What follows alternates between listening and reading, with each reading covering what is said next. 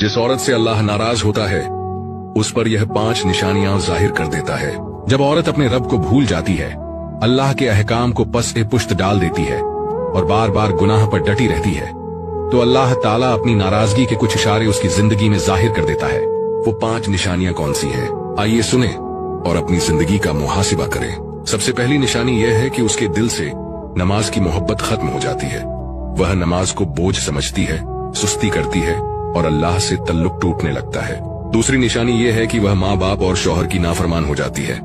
उसकी जुबान कड़वी, रवैया सख्त और घर का सुकून बर्बाद करने वाला हो जाता है। तीसरी निशानी यह है कि वह पर्दे और हया से दूर हो जाती है। जीनत और जेब ओ जीनत को गैर महरमों के सामने जाहिर करना उसके लिए मामूली बात बन जाती है।